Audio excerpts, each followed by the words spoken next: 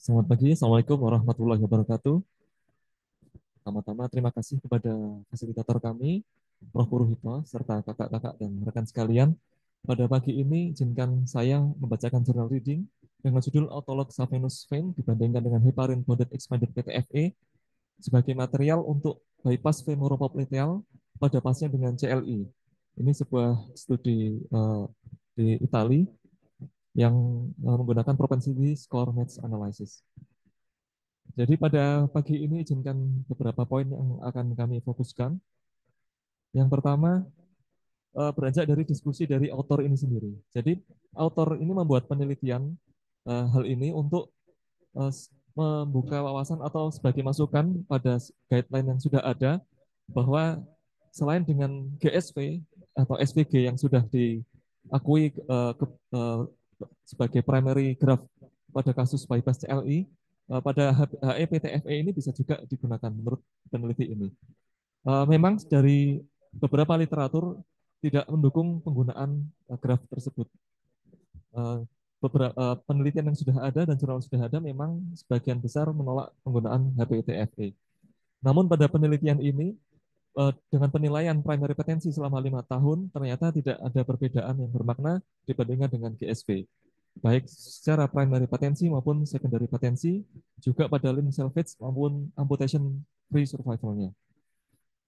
Bagaimana dengan guideline yang sudah ada? Memang ada dua, yaitu menurut ACC, American, dan menurut European, yang kami mungkin yang dianggap lebih bisa aplikatif digunakan adalah yang ESC yang juga lebih baru. Pertama, pada kasus ini bypass yang terfokus pada kasus-kasus yang ada bypassnya.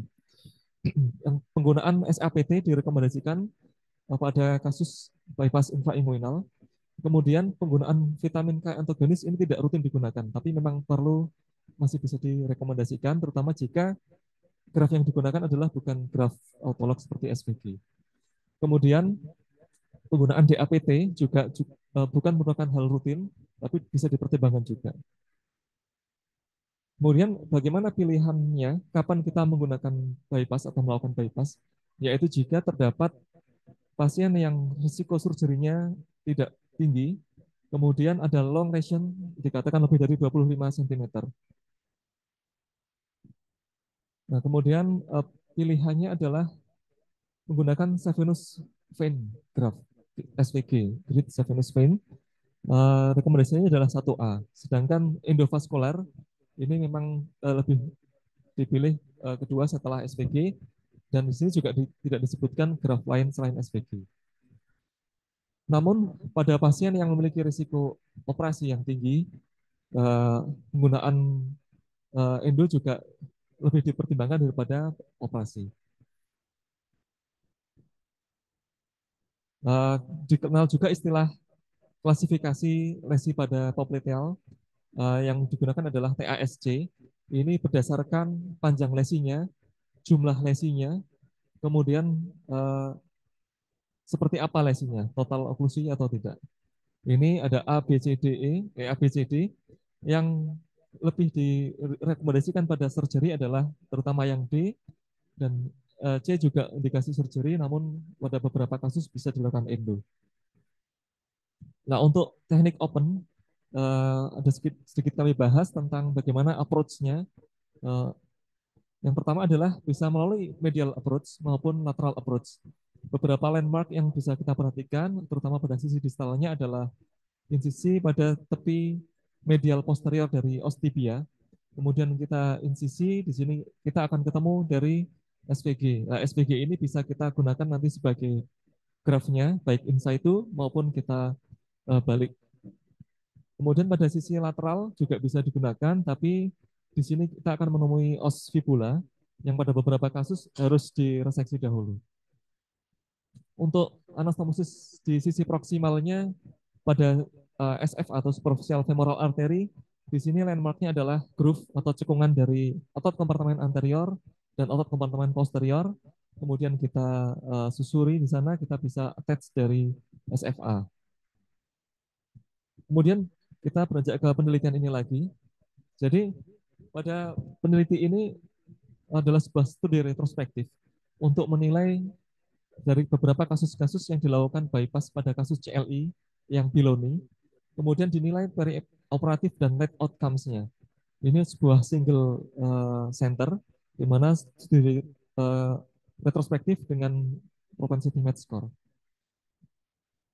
dilakukan pada 2003 sampai 2019.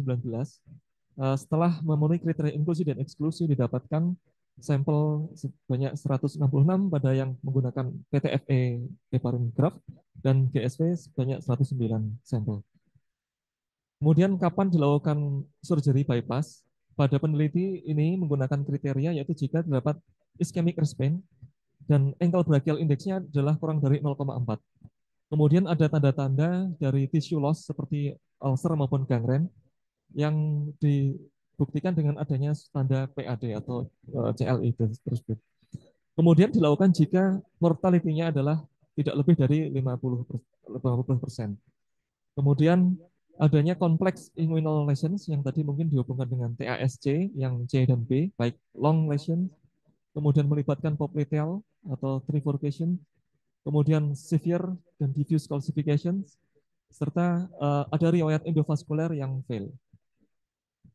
Bagaimana peneliti melakukan diagnostik? Rutin menggunakan duplex scan, OSG duplex, dan CTA dari abdomen hingga ke pedis.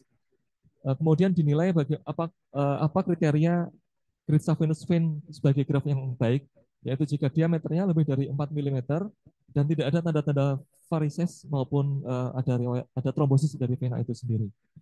Kemudian peneliti melakukan pembedahan secara general anestesia, rutin digunakan heparinisasi dengan dilanjutkan dosis adjust sesuai dengan ACT-nya.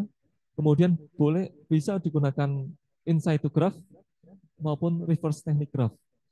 Kemudian setelah tindakan dilakukan angiografi maupun duplex ultrasound untuk mengevaluasi dari aliran bypassnya.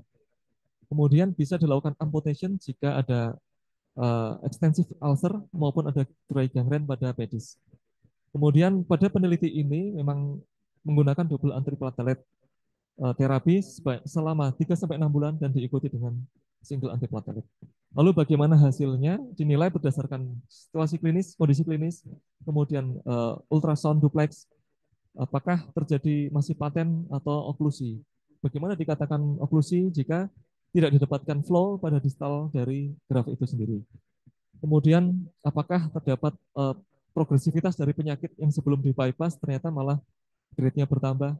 Kemudian bagaimana flow-nya diukur velocity-nya pada area yang anastomosis maupun di area yang tidak stenosis sehingga bisa didapatkan PSV lebih dari 300 itu menandakan adanya stenosis ataupun rasionya dari daerah yang stenosis dibandingkan daerah yang normal itu 3,5. Kemudian munculnya collateral saphenous vein yang mengakibatkan aliran flow grafnya berkurang.